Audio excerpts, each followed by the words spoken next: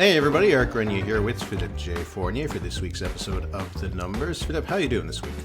Good morning, Eric. I'm doing very well, very busy. We had a new poll in Quebec. There's federal stuff as well.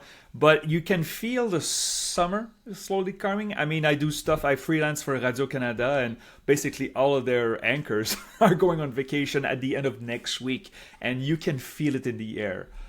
Even though they know that a Quebec election is coming and it's going to be very busy this fall. How about you, Eric? How are you doing? I'm doing well. It's beautiful here in the Gaspésie, as always. As always. And, there is some work being done around the house right now, so there could be some noise. So my apologies. I will do my best to try to minimize it when I'm in the editing process. But just forewarning, it is not people knocking on my door to disagree with my polling takes. So no. We got lots of polls to talk about today. We've got a lot of federal numbers that came out. We'll dive into that. We have some provincial numbers from Alberta, from British Columbia, from Quebec, and we have the Angus Reid Institute quarterly premiers poll. So we got lots to get into. So we'll dive right into it with the federal numbers. So we got three polls this week, national polls, one from Quebec. Last week we talked a lot about whether the Liberals seem to be on the upswing or downswing, I should say, the NDP on the upswing. Before we get into the actual numbers, with another week of kind of, space between those disagreements we saw, where do you think things are right now? So it's funny because last week I think the narrative that we had was, okay, there's some significant, and I would even say major disagreement on where the Liberals and where the NDP are. But we agreed but there's a consensus with the Conservatives. Now we have two polls that show the Conservatives at quite different levels. Abacus data has the Conservatives in its latest polls at 36% nationally. And then you had this Nanos tracker. As we know, it's a 4-week tracker, covers 4 weeks. So this is from the second half of May to early June. And that number starts with a 2 for the Conservatives, 29% for the Conservatives. So I'm not sure how dramatic of a spread that is, 29 to 36. You can still draw a line in the middle. But there's definitely some noise, definitely numbers in flux. Perhaps it's summer coming, that there's a disagreement. But to answer your question, Eric, I am not sure that things have changed that much from last week. Léger still seems to be a bit out there compared to the others. But as for the NDP, 11% in Abacus data. So that means that Léger is the only one that has them recently in single digits.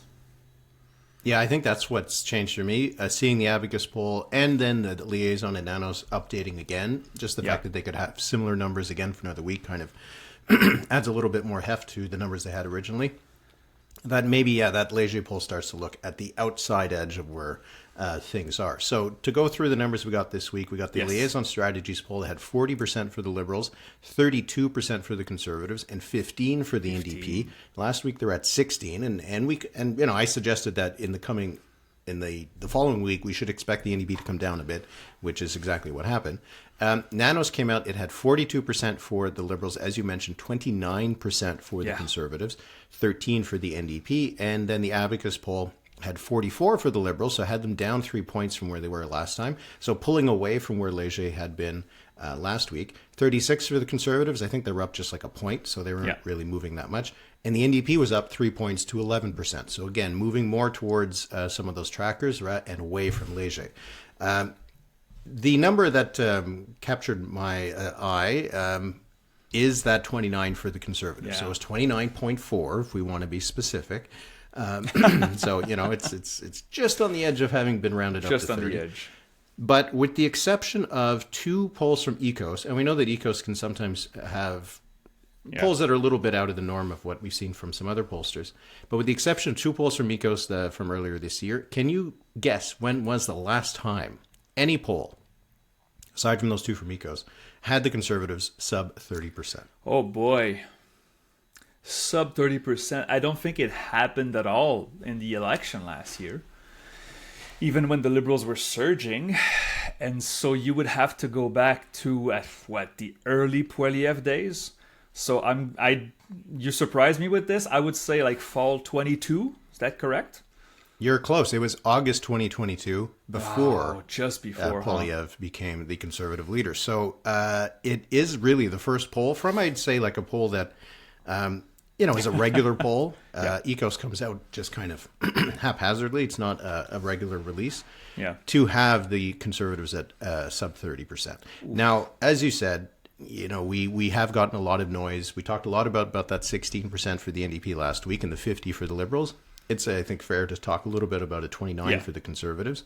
But that seems like trouble to me, because we were talking about where the Liberals were, where the NDP was, but we've really seen that the Conservatives have just had no kind of movement one way or the other. You look at the approval ratings for Mark Carney, they've gone down over the last couple of weeks in the Abacus poll, in the Liaison poll.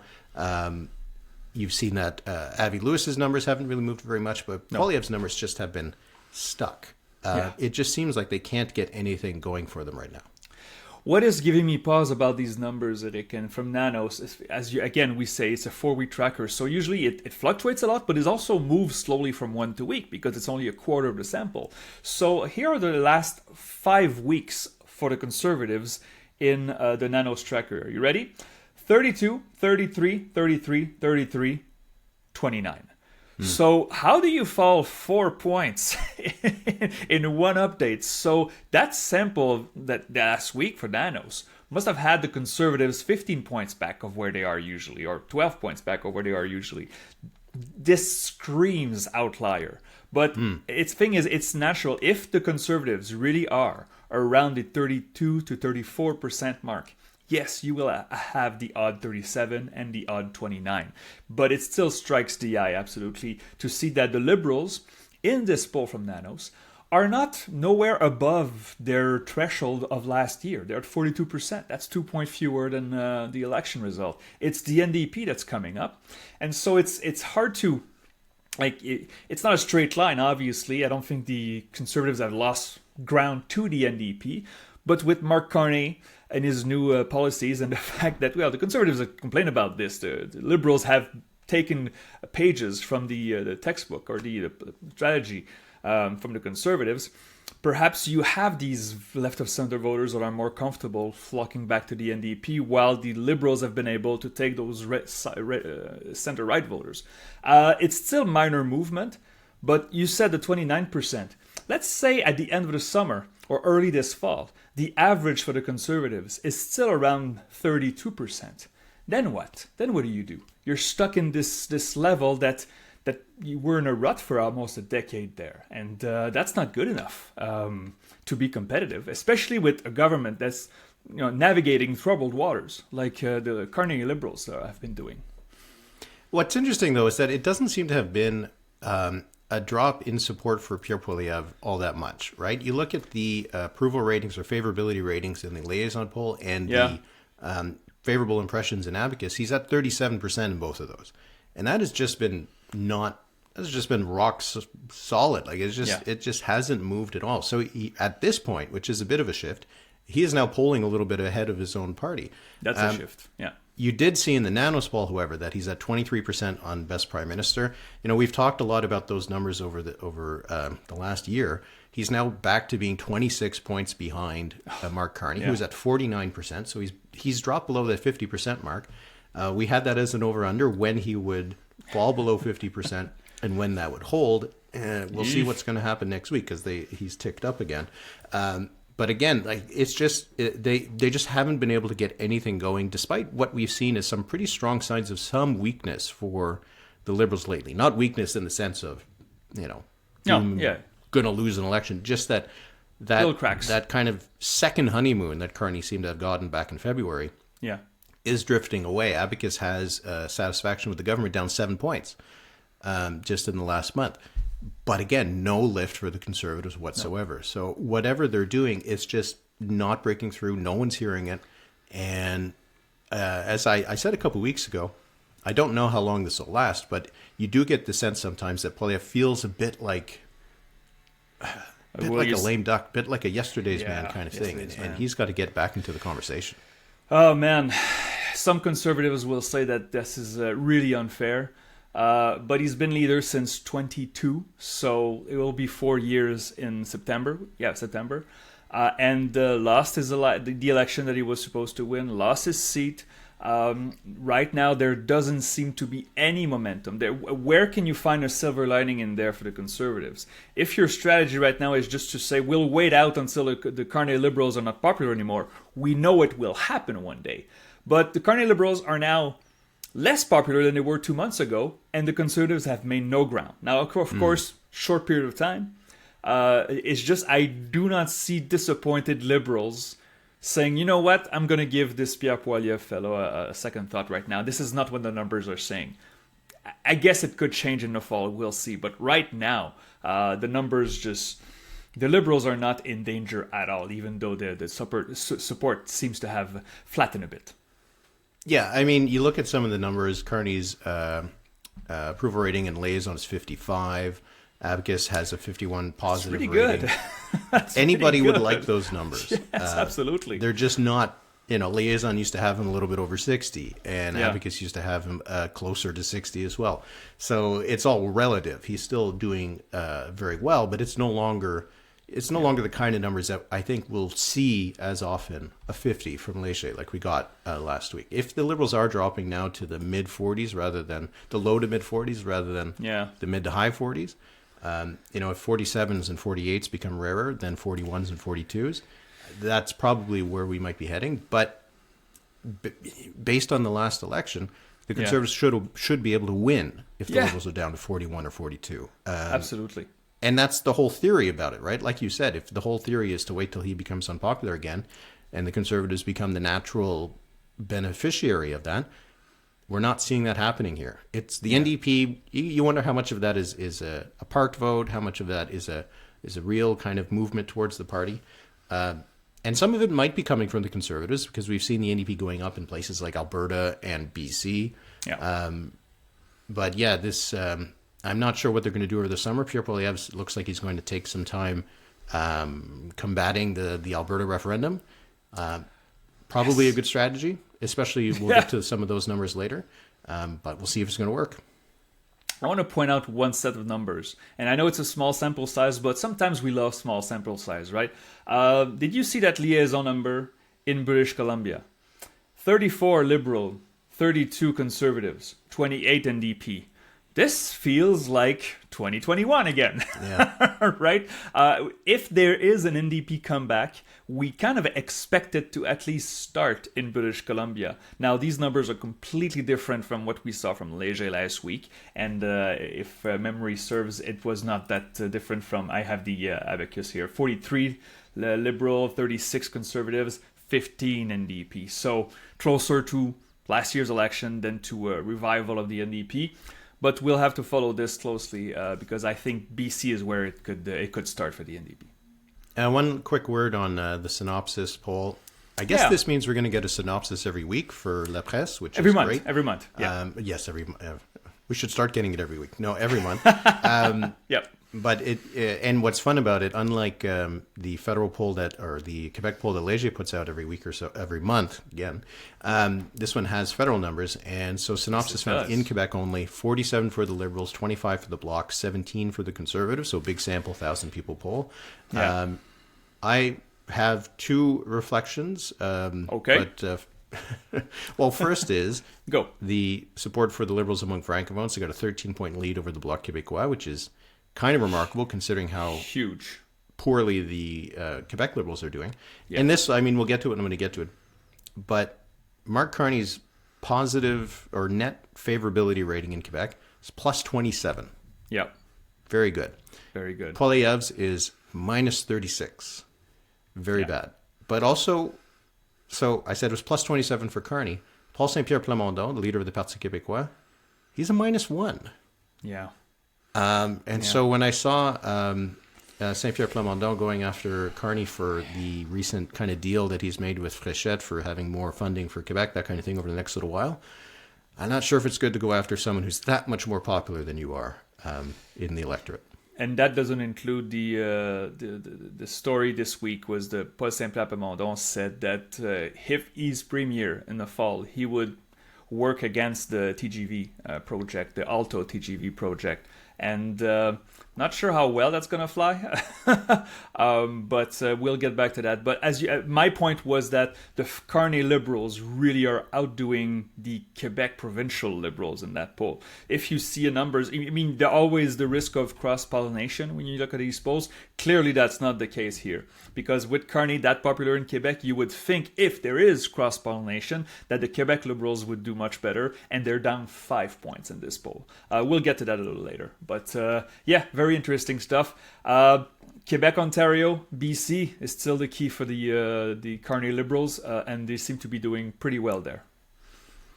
Okay, let's move to the provincial stuff now. I'm not sure how to tackle this because we have the quarterly poll from the Angus Reid Institute, but we also got some deeper dives in Alberta, BC, and Quebec. What do you think? Should we do global or go to the provinces first? Let's go with the report card from the Angus Reid Institute. We like this. We like this quarterly poll. Same question. Basically, do you approve or disapprove the job of your premier? And there is some significant movement in this poll, which is fielded in early June or late May. Yeah, it was late May, compared to the previous quarter in the winter. Last place, not the first time he's in last place, but Premier Ford of Ontario, 21% approval, down 10 points in one quarter in the largest subsample of the poll. Rick, is Doug Ford done? How many times do we ask that? Well, not that often lately. I mean, we wonder in his first term before the pandemic was like, oh, his personal numbers are not that good. This is a big hit. When you see Doug Ford with an approval rating of 35, you can say, okay, so 35 for the PCs plus some lukewarm voters, and he gets to 40 and he wins a majority. When you're down to 21% approval, even if the PCs are still doing better than Ford here, but these are numbers that showed, I mean, they're similar to what Justin Trudeau had near the end. And at some point, when you've been there that long, those numbers never revert back. So I don't know. I was expecting a 2-3 point drop, but 10 points, that's trouble for Ford. Yeah, and we've seen some other polls about favorability ratings, positive ratings, approval ratings for Ford from other pollsters that aren't as dire as the Angus Reid Institute has been. But it's more of the direction. You don't get a -10 just out of the blue. So I think that shows that the recent stuff with the jet and all this kind of stuff is really hurting Ford. This is the lowest that he's been in Angus Reid's tracking. Now, he has gotten into the 20s before, and he's come back. So that could still happen. I mean, Corey Teneycke is now finished in British Columbia, so maybe he'll go back and put things back in order at Queen's Park. I don't know. But that was a big number. We saw a number of big drops. So David Eby in British Columbia was down 6 points to 31% approval. That is starting to get into difficult to get reelected territory. Big trouble, yeah. Tim Houston is down again. He's down 5 points to 34% approval. Danielle Smith, and we'll get to this, down 7 points in her approval to 39%. And Susan Holt is down 13 points to 41% approval in New Brunswick. What could be behind such a drop? I asked my friend Jacques Poitras in New Brunswick, and he, Angus Reid highlighted a couple of things, and he said yes, the deficit issue in New Brunswick, the big deficit that came with the last budget in New Brunswick, does seem to have made some waves, so that could be something behind it. 41% now in a 2.5 party system, still reelectable, but that's a big drop there. And of course the king of the premiers, Wab Kinew, still at 62%, actually up a point. Yeah. His ability to just hold on to those approval ratings is simply remarkable. So he is still sitting pretty. Tony Wakeham up 8 points to 50%. Scott Moe up 1 point to 50% as well. And Christine Fréchette is at 39%, which is pretty good compared to what François Legault used to have. Oh, yeah. François Legault was at the end. François Legault would battle Doug Ford here at the end of that poll. You meant Premier for Life, Scott Moe in Saskatchewan, still at 50%. So, I mean, perhaps he would I think he's going to resign on a high. I think that's going to be... For those who don't know, obviously, this is our resignation draft that we did in December, and Monsieur Grenier here chose Scott Moe for the second year in a row. Monsieur Canoe will celebrate his third birthday as premier. Of Manitoba in September, still on top. I don't think you and I would have bet on this. After a year, you go like, okay, this is, it's been a long PC rule that did not end very well for the Manitoba PCs, so this is a honeymoon. A second year, you go like, okay, this is kind of a long honeymoon, and when you got the third year almost over, Monsieur Canoe, the most popular premier in the country right now, and it's not even close, basically. 12 points ahead of his two closest competitors. Very interesting. We'll get back to Smith. You want to get back to Smith now with Alberta? Because, let's just dive right into Alberta. Yeah. Because, 39% for approval for Smith. She still has a decent approval among her party base, but it's far, far from unanimous. It's much lower than it used to be. Is it the referendum? It has to be, right? It has to be front and center. What do you think, Eric? Yeah, and we got 2 polls out of Alberta. We got one from Léger, and we got from Ipsos. Ipsos had approval ratings for Danielle Smith. It was almost identical, 38% approval, 56% disapproval, which matches the Angus Reid poll almost to the number, almost to the exactly.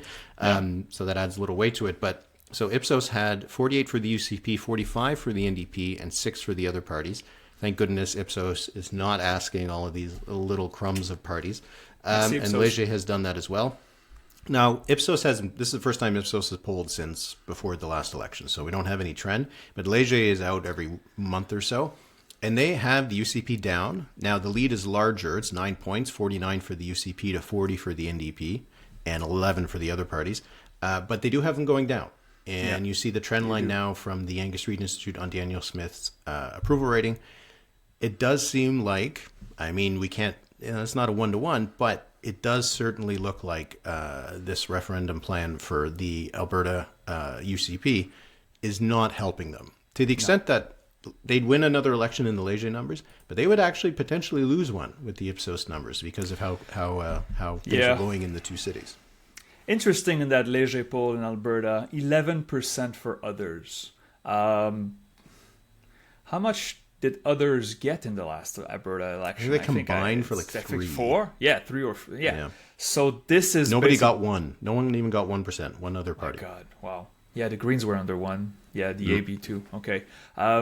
So disaffected conservatives. Léger did not poll the Republicans, obviously, but I'm not sure if there's still a serious thing now that they have the referendum. They don't seem to be too happy, but. Well, they just seem like they're going to take over the UCP instead. They don't even need to have their own party. That's what they figured. I'm not sure they're going to succeed, but we'll get to that at some point. We'll see. We'll see. But definitely the referendum, especially since it's in so long. It's in mid-October, October 19th. What are we going to talk about in politics, especially in Western Canada or in Alberta, all summer and during first half of fall? It's going to be all referendum talk. And that just can't be good for the government, especially a government that calls a referendum and hopes that the no side wins. It's so strange. You put a referendum on something you want usually, not for something you don't want. The analogies to David Cameron in the UK are right there. I'm not sure. I know they're not perfect. They're analogies, but it's right there. And these numbers have to be worrying for Danielle Smith. Again, if there was an election, if she called a snap election, would you bet against the UCP and Danielle Smith? I know I wouldn't. Probably not. No. But there's still there. She opened herself up to a lot of roadblocks, and we'll see how it goes. I think this is very unpredictable. The polls will tell the story, but we can't tell how it's going to end in October. No, the polls. So both Ipsos and Léger asked the referendum question. So not just a broader. I think they might have also asked it, but when you have a question, that's actually what the referendum is. Which, to remind people, is one option is should Alberta remain in Canada. The other option is should Alberta begin the process to meet the demands of the Canadian Constitution to begin the process towards separation. Blah blah blah. So it's a referendum on a referendum. Yep. And Ipsos found support for that. Let's start the process to go. At 19%, Léger had it at 24%. Opposition to that was at 68% in Léger, 72% in Ipsos. Yeah. So, those aren't close numbers at all.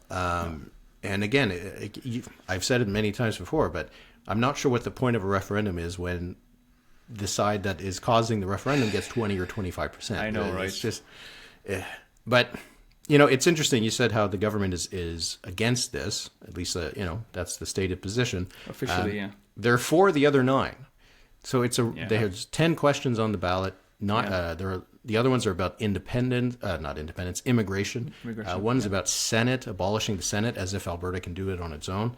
Nope. There's questions about naming judges. There's like things that would be, I guess, constitutional demands that would be taken to the provinces, to the federal government. I'm not sure what, you know, they passed, when Alberta had their recent thing about equalization, I think it passed at 52-48. Yeah, all right, with great. low turnout. With the low turnout, yeah. So anyway, we'll see how that all unfolds. But for now, we had that poll from the Angus Reid Institute just after the question came out, and it was, I think, 35 or 65. 35. It was 35 for the question, and 30, do you want to leave Canada? Yeah, so curious to see what Angus Reid will find next, but both Léger and Ipsos are not finding big support for this. So might be a lot of noise, and I think internal damage to the UCP without much outcome. But we'll see. We're not going to prejudge it just yet. Nope. British Columbia. So we mentioned David Eby, 31%. Now we got Kerry-Lynne Findlay, who is now the leader. We talked about that leadership race last week. Now we have our first numbers when it comes to where things stand. I'll read the numbers out, and then you can give me your thoughts. I got Léger, 45 for the Conservatives, 41 for the NDP, 8 for the Greens.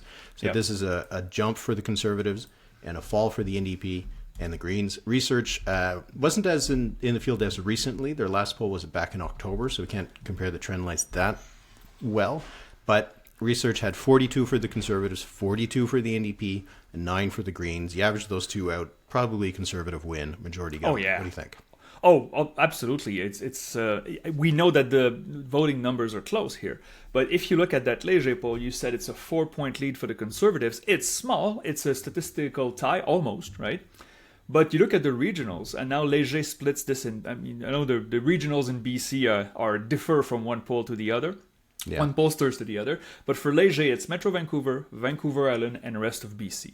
Maybe not as helpful to break down like the Fraser Valley and stuff, but still, Metro Vancouver is 44 Conservative, 43 NDP. Now we imagine that the downtown core and Burnaby and all that stuff would be more NDP, but if you're tied in Metro Vancouver, that means that basically the NDP will lose most of the suburbs and will lose against Surrey, will lose Richmond, and so this is a Conservative majority and an easy one at that.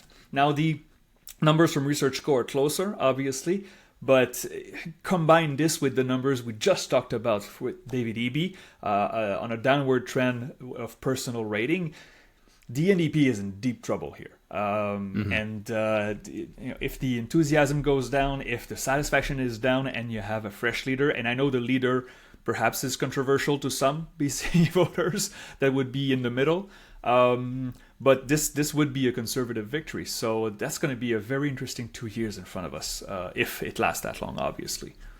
Yeah, I mean, Findlay is beginning with this lead/tie.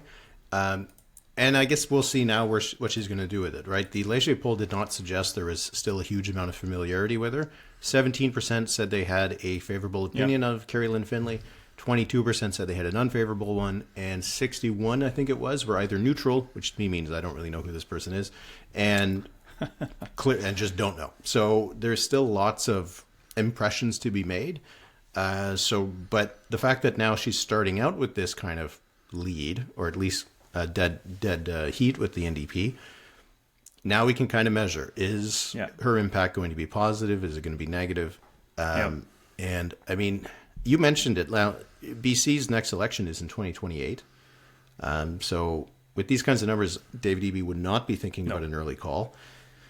But you wonder if there might be some New Democrats and maybe some David Ebys who are wondering whether he's going to be the guy in 2028. A change of leadership, a change at the top, maybe. Yeah, pull a Carney or pull a Frichette, maybe. Yeah, well, with these kinds of numbers, I mean, we'll see. Yeah. I mean, they're still competitive. Yes, I mean, if we went into an election campaign and these were the numbers on the first day, I would say conservative advantage, but like, I mean, it won't take much to move this. Yes. But I don't know. The trends haven't been positive for the BC NDP. In the ResearchCo poll, they asked this fun question. We like hypotheticals, Eric, don't we? There's been chatter among in BC that why don't we have a centrist party anymore? Because Kerry-Lynne Findlay is, resolutely on the right, which is okay. She's leader of the Conservative, but she's not a moderate conservative. I don't think she would say that herself. And you have the NDP. No, she attacked her opponents for being exactly former liberals, right? So fake conservatives. Question from ResearchCo. Suppose that each of these parties ran candidates in your constituency in the next provincial election, and they inserted BC Liberals in there, which of course don't exist. It's the BC United, which run no candidates. They are teal now for some reason. But if you resurrected the Red Liberals, here are the numbers. I mean, at first, if you ask me the question, who would it hurt most? I thought I would have inserted the NDP. Here are the numbers. The BC NDP would be at 35, the Conservatives at 34, and the Liberals at 15. So it looks from this poll, that if you had a centrist, a credible centrist option, the Red Liberals, it would take a bite out of both bases. The Greens would be at 9 here. It would not. I mean, it would blur the outcome. Of course, it would blur the outcome. But it would not dramatically hurt one party more than the other. I thought it was really interesting, and thank you, ResearchCo, for testing that. I don't think it's gonna happen legally. The BC Liberal name is taken still, so they can't. Unless they get permission from whoever has control of it. Well, it's still the BC United and Kevin Falcon. That's really kind of the little thing what happened with BC United and what happened with the BC Conservatives shows the importance of a brand. Yes. And the only reason anybody's talking about wouldn't it be great to resurrect the BC Liberals is because the Liberals are doing well right now. No one would be saying this if Justin Trudeau had led the Liberals to 20 seats in the last election. So they kind of have to take the party back of BC United. And BC United still owns that name. They can still use that name. So you'd have to take BC United back. I don't know if that's going to happen. BC has a rule where any party that has ever existed, it holds rights to its names, more or less, for 10 years after it no longer exists. 10 years. So if... unless they can find some sort of loophole around it, they need BC United to become the BC Liberals again. And I don't know what Kevin Falcon's doing. Apparently he's running some sort of car detailing thing. But it's not happening. It's not happening. Yeah, I don't know. We'll see. Okay, last bit on the synopsis poll. We got new numbers from Quebec. Why don't you take us through it? Okay, so synopsis now has to deal with La Presse, which is a great news for us in Quebec who want more data in the upcoming election. So 31 Parti Québécois, 25 Liberal, down 5 points from May. 21 for the CAQ, which is up 3 points compared to the previous synopsis poll, but it's also... It catches up to the other pollsters, Léger and Palace, that we saw earlier in May. 12 Conservatives, 11 Québec Solidaire. That's interesting. Québec Solidaire had not been in double digits in a bit. What's interesting also is among francophones, you still have a 13-point lead for the Parti Québécois, which makes the PQ the overwhelming favorite. But such numbers that nobody gets a third of the vote makes a majority hard to reach. As for so that's the basic numbers. Sovereignty is not moving very much. I think it's 29% before undecided. So what did you make of these Quebec numbers, Eric? Well, with the Liberals falling back, I think that does put the PQ very clearly back into the driver's seat, even though they aren't showing any real momentum either. But to me, this is increasingly looking like the election that no one's all that excited about in terms of the options. No kidding. Because, like you said, you got 31 for the PQ, 25 for the Liberals, 21 for the CAQ. That's the top three. And you look at the leaders, and I mentioned the net ratings. Saint-Pierre Plamondon was -1. Christine Fréchette was +2. Charles Milliard was -1. So nobody's really super popular or super unpopular, and none of the parties are super popular. So to me, that does still suggest there could be lots in flux, because when you're not that enthusiastic about any other options or all of the options, then you might not be all that tied to any of the options. We saw polling from the last go around, that the number of people who said they're definitely voting for this party is pretty low. So we'll see. We'll see if things move around. But yeah, the PQ could in a way kind of win by default if the CQ and the PLQ keep kind of eating each other's votes a little bit and widens that gap between their 30-31 and whoever's in second. So we'll see how that unfolds over the summer. Here's one thought before we move on that I want to say about this poll. And I'm not slagging Synopsis here. That's not what I'm doing. I'm really glad they're on the field. But it does seem that they had a strange subsample of non-francophones. I know it's only about 19% of the whole sample, but still. So if you look at francophones, 37 PQ, down 1 point, so no movement.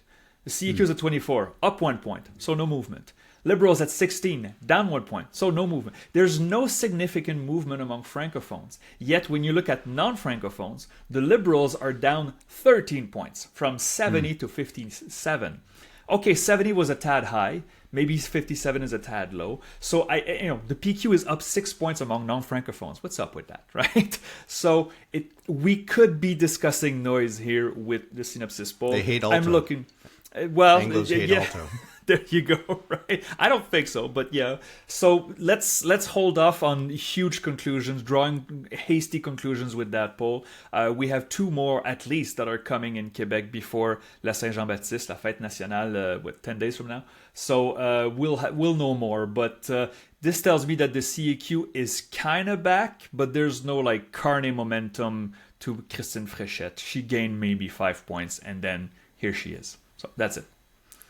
And Gaspé and Bonaventure have been saved by the good people in the National Assembly, who, yes, also gave a riding back to East Montreal. Like, who cares about that? But Gaspé and Bonaventure remain 2 separate ridings. Yeah. And you and I are both very excited because this means, finally, we have a map confirmed. And we can look into what the actual election will look like. Map rather confirmed. than use the old map. Yeah, but we don't have the shapes files. Please, Élection Québec, release the shape files. I need to migrate to the new map, but that would be... I'll do that in French as well so that they can hear us. So, all right. Somebody please think of it. Yes. All right. You said you had a quiz again. Okay, Eric. This week's quiz, I read stuff and what catches my eye sometimes. And now I decided to do a deep dive into one election. And I know you know your elections. How well do you know the federal election of 1957? Do you well know? Yeah? A little bit, not a huge amount, but it's a big one. 58 obviously was the huge majority won by the PCs led by John Diefenbaker, but 57 was the election that broke 2 decades of Liberal rule. And so I did a deep dive because it was held on June 10th, 1957. So it was 69 years ago yesterday. Next year will be 70. So in what was a major upset, considered at the time a major upset, the Progressive Conservatives led by John Diefenbaker brought an end to 2 straight decades of Liberal rule, defeating Louis Saint Laurent's Liberals. The PCs won a razor-thin minority government in a House of Commons that had 265 seats, 133 were needed for a majority, and no party got there. I have 10 trivia questions about this election. Gold is 9. It has to be hard. Silver is 8. Bronze is 7. And twice you can ask for clues, but no more than twice. And if you ask for a clue and you get it right, you still lose the clue. You can only use 2 lifelines. So, are you ready, my friend? I understand, and I will come with much more humility this week. I was chastised a couple times last week, and I learned my lesson. I will not go the quizmaster again. Okay, although you still got gold last week. But okay, number 1, Eric. 4 independent MPs were elected in Quebec. Name them. No, I'm kidding. 4 independent MPs were elected in Quebec, excluding those independents. How many parties were represented in the House of Commons after the 1957 election? National, not just in Quebec. No, just nationally. How many parties and which are they? Well, there was obviously the PCs who won, the Liberals. In 1957, it was still the CCF. There would have been the Social Credit. And I don't think there was a fifth. So I'm going to say it was just those four. And you are correct. The PCs, the Liberals, the CCF, and the Social Credits. There were four independents. As I said, strangely, they were independents, but also Liberal independents and PCs independents, but they're still independents. Okay, 1 for 1. Question number 2. Eric, in how many provinces did Diefenbaker's PCs win at least a seat? It was a minority government. And in how many provinces, excluding territories, obviously, did the PCs win at least a seat? Okay, well, I mean, I think they would have won one in every seat, in every province outside of Atlantic Canada. And in Atlantic Canada, I mean, they surprised the Liberals. I'll say 9. The PCs won seats in all 10 provinces in that election. I knew it. You hear that grunt? Okay, you're 1 for 2. Okay, to have gold, you have to sweep. I know. I gotta be strategic now. Okay, Eric. In how many? In how many provinces did Diefenbaker's PCs win the popular vote? Now, you don't have to tell me the province, but I have to know the number. In how many provinces did Diefenbaker's PCs win the popular vote, excluding territories? Okay. I know that when Diefenbaker came, that was the beginning of when the Conservatives started doing well in Western Canada. So I think he would have won at least those 3 in the prairies. BC, I don't know. Maybe even the CCF could have won it there. I don't think maybe he did in Ontario. I'll say Ontario, not Quebec. And I'll say maybe, so I'm going to say maybe 2 of the Atlantic provinces. I'm going to say 6. Final answer? I'm just guessing here. Give me a clue. Yeah? Okay. Yeah. They won the popular vote in 3 of the 4 Atlantic provinces. Okay. That's my clue. 1, 2, 3, 4, 5, 6, 7. All right, I'll increase it to 7. Final answer? Yes. The answer was 6. Sorry. I just asked you if you were sure. They won the popular vote in British Columbia. Oh, they did. In Manitoba, in Ontario, New Brunswick, Nova Scotia, and PEI. Now, this answer is kind of a clue maybe for future questions. So maybe it was 58 that then he started winning well in Western Canada. Okay. 1 for 3 now. You're going for silver. Okay. Number 4, Eric.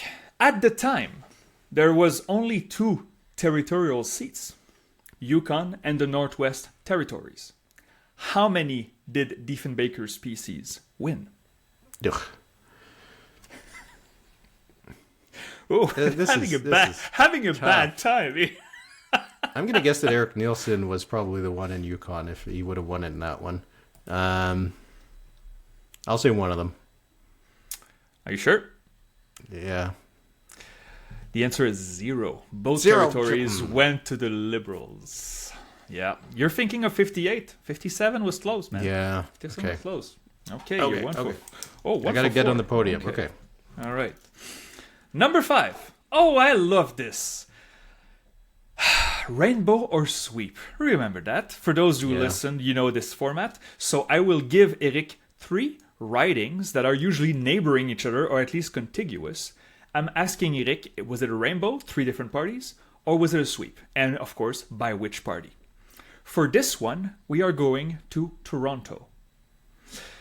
Spadina, St. Paul's, Edlington. Was it a rainbow or was it a sweep? And by which party? Spadina, St. Paul's, and Edlington. I don't think the CCF won any of those, so I think it would have to be a sweep. They won the most seats or the most vote in Ontario. Used to be Tory Toronto. I'm going to say it was a PC sweep. Are you sure? Final answer? Yes. They all went to the PCs, and so Yes. you are correct. It was a PC sweep, absolutely. Okay, number 6, once more, rainbow or sweep. For this one, we are going to Manitoba. Eric, Portage Nipawin, Winnipeg North, and Saint-Boniface. Was it a rainbow or was it a sweep? And by I'm going to say this was a rainbow. Winnipeg North must have been one of the CCF seats. I would say St. Boniface probably went Liberal with the Franco-Manitoban community there. And Nipawin used to be John Bracken's riding in 45, so it's not too far behind. So I'm going to say that went to the PCs. Portage Nipawin to the PCs, Winnipeg North to the CCF, and Saint-Boniface to the Liberals is correct. All right, you have 3. You're still going for bronze. Okay. Yeah, bronze. Yeah. I got one more clue I can use. Yes, absolutely. Eric, the CCF did reasonably well in this election, winning a total of 25 seats from coast to coast. How many provinces had CCF MPs in the House of Commons after the 57 election? And Okay, well, BC would have been. Hang on. I in my question, I ask how many. I don't ask which ones. Okay, just how many. Just I'll give you a olive branch. Thank you.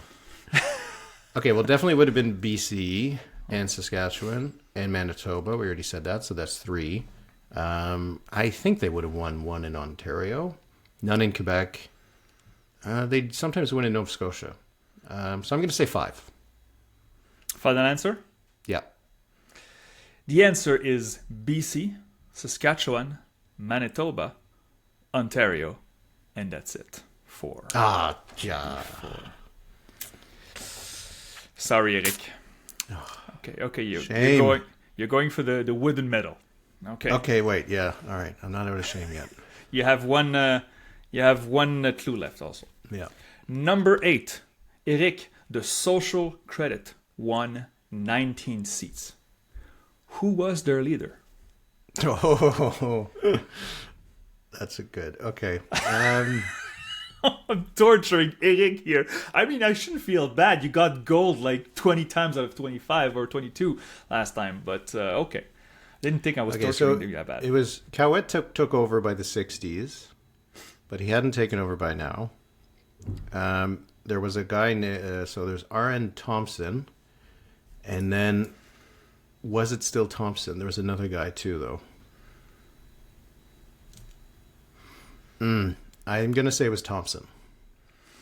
Final answer? Yeah. The name is Solon Earl Lowe. So, which was featured in a quiz the past some time. I forgot about Lowe. He was elected in Peace River in northwestern Alberta. This is how I feel. I feel low. Okay. What would have been the clue on that one? I would have given you the writing. Oh, that wouldn't have helped. Okay. No? Okay. No. Number 9. So where are you at now? Like 3? Doesn't matter. We just Okay, you don't need to keep sorry. score. This is like a game with toddlers Yeah, playing it's soccer. fun. You don't need to keep care of the score. Number 9. In the 1957 federal election, Eric, Louis Saint-Laurent's Liberals won more seats than the PCs in 3 provinces. They were tied in one province. I want you to tell me the 3 provinces where the Liberals won more seats than the PCs. Okay, Quebec, for sure. I think Newfoundland would have still been at this point, and probably PEI. No, wait, did you say PEI was one of the ones they won the most? Yes. So I'm going to say Nova Scotia. Final answer? Yeah. The answer is Quebec, Newfoundland, and Saskatchewan. Saskatchewan. Wow, Saskatchewan, really. I know, right? Saskatchewan, yeah. They won more seats than the PCs, even though the new prime minister was in Saskatchewan. Yeah. Okay, we're going to finish with another rainbow or sweep. And for this one, we are going to British Columbia, more specifically Vancouver. Here are the three ridings. Vancouver Centre, Vancouver East, and Burnaby-Richmond, which was at one riding at the time. Wow. I have it, so I'll use the clue. Okay, I'll give you the clue. The clue is the Vancouver East was won by the CCF. So was it a CCF sweep? Or was it a rainbow, and by which party? I don't think it would have been a sweep. So I'm going to say it was a rainbow. I bet you Burnaby-Richmond went to the Social Credit, and what was the other one? Vancouver Centre? Yep. Let's say Liberals. So Vancouver East to the CCF, Burnaby-Richmond did go to the Social Credit. Vancouver Centre went to the PCs. So wow, holy crap. Okay, this this makes up actually. I needed to be humble. I got too big for my britches in the last episode. So I thank you. I will now go forward with much more humility and much more care. I think this might be it for the quizzes. Just oof. No, it's not it. You can't finish on a low like this. On a solo low. Hey, no, that's good. I can't. Okay. And now I it's Earl Solon low. Solon Earl low. Earl Solon low. Can't. Solon Earl low. Yeah. Sorry there's also about that. I think there's another one. Anyway. Okay. Was that 2 out of 10?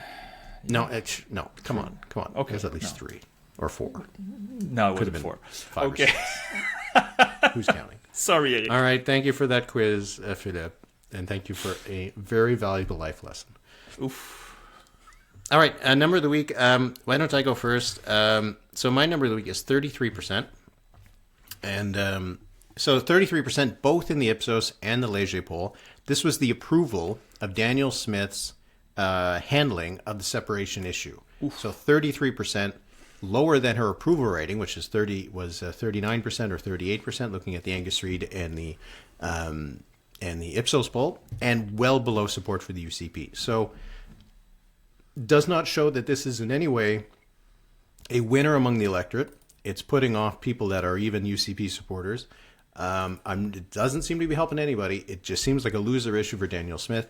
And so I wonder if the next set of polls we'll see over the next few months, if some of those voting intentions numbers, those approval ratings will get dragged down because of that low approval she's getting on this issue to begin with. Yeah. It's just so hard to see this as a winner for anybody, right? Except for obviously for those who want separation in Alberta. Interesting. Okay. My number of the week comes from the Abacus data poll that was released on Sunday. 3 priorities. I mean, Abacus does this on a regular basis. They ask priorities of Canadian voters. And it has been for quite a while cost of living. In this poll, it's 66% say the number one priority or what top 3 priority is the cost of living. Everything else takes a backseat. The state of the economy, healthcare, housing affordability, they're all in the 30s. 66% say the cost of living. Obviously, it's not all a matter of what governments of all levels can do on cost of living, but this is a major, major issue federally. And also, it's been one of the themes for the Quebec election, and I bet it's going to be a theme for provincial elections going forward. So something to keep an eye on. Yeah. Issue's not going away. Nope. All right. Well, if you want to support the podcast, despite the cost of living crisis, you can go to thenumberspod.ca. Subscribers get access to the Discord. They get early and ad-free episodes and our bonus episodes. We didn't do a bonus episode this week, but we'll get back to one next week. Probably a mailbag, I think. So if you'd like to support that, you can go to thenumberspod.ca. So that'll be it. Philippe, hope you have a good week. We'll chat next week, and we'll see what new numbers have to reveal, and I will do some studying, I guess. I've never studied in my life, but I guess I'll do it this week. I guess the next quiz will be, Eric, who was the first prime minister? Who's currently the prime minister? Trudeau. Merci beaucoup, Eric. Merci beaucoup, tout le monde. Have a great weekend, and thanks for tuning in.